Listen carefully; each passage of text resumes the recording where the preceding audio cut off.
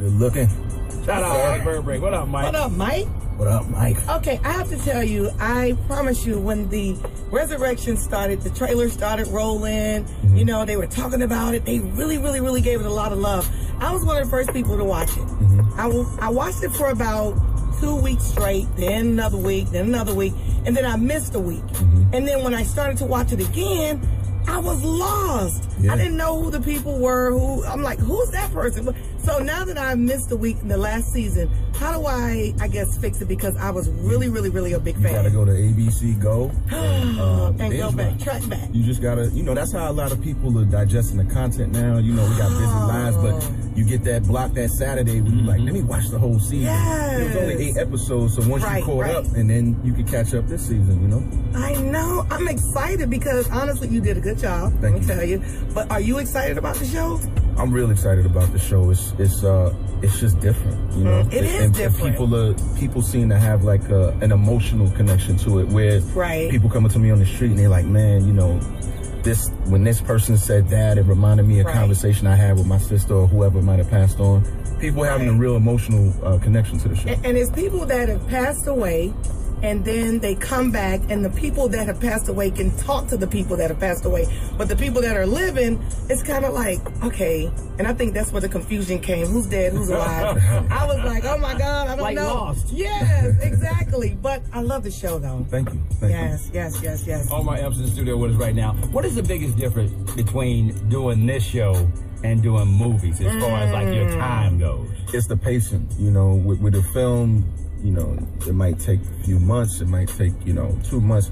With a television show, we're doing basically, it's 8 days to film 1 episode. So in an hour television, you get 42 minutes of actual screen time. So we're basically doing mini movies in 8 days, which is, it's ridiculous. The pacing of it just never stops, you know? Okay, so we walk in the studio in the morning, and this is what our producers give us. Feel that. Okay, is that what your script feel like? It's heavier than that. And how do you follow it? How do you keep it? Because if somebody gave me a script like this, I don't know if I should be reading the entire thing first, or should I just read through my parts? How do you handle that? Everybody has a different process, and to me, you know, as far as actors out there, you know, reading a script, memorizing lines is like a basketball player dribbling a ball. It's like it comes with the territory, you know. But everybody has a different process, and my process is such that I kind of have a photogenic memory. So I read the script once.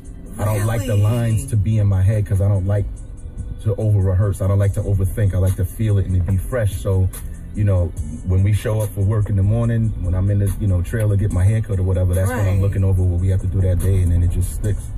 So do y'all do like, are y'all all sitting, do y'all do table reads, or do you just, the first time you deliver lines on the set? We do a table read for every episode. Matter of fact, I got a table read today. So we'll do that. That's just for everybody to hear it out. But they sent out that script probably 2 days ago. You know, so I'll read it once before the table read, and then we do the table read together. And then we go start shooting. Omar Epps in the studio with us right now. Watch V103.com, the star of ABC's Resurrection. Do you think, you know, compared to your movie stuff, are people more recognizing you for this because it comes on every week? It's a different... Nothing will ever beat House. Time. You know, there's people who know me only from the movies.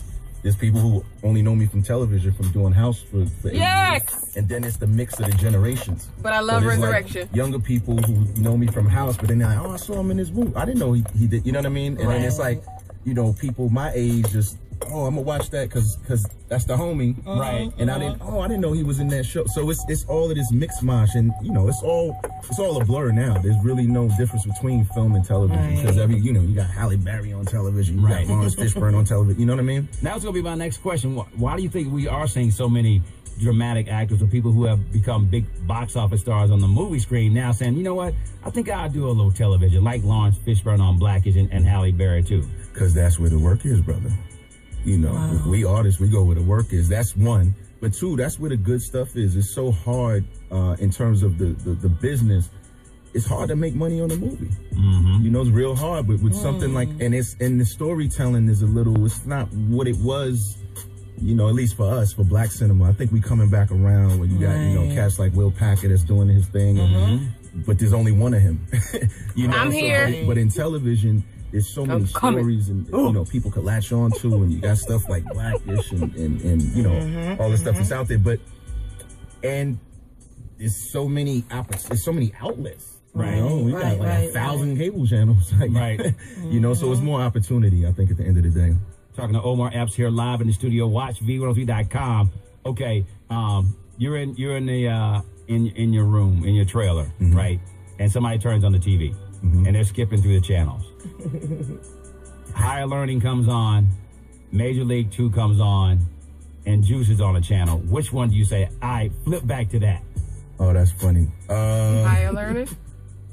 You know what? It depends on my mood.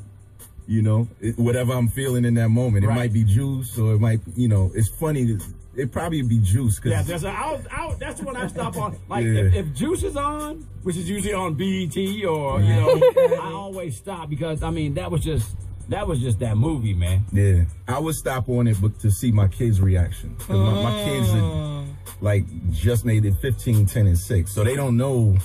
You know, I'm not one of them that shit, hey, watch this, your dad did this. I just work. Right. But my oldest is just now discovering, like, you know, this stuff. So she's, you know, in that generation, they kind of in the 90s now anyway. Right. Like, you know. Right. So it would be entertaining to see their reaction, like, you look so young, Dad. You look like, you know what I mean? Right. What's your kids, speaking of your kids, what's their day-to-day like? Like, how do they deal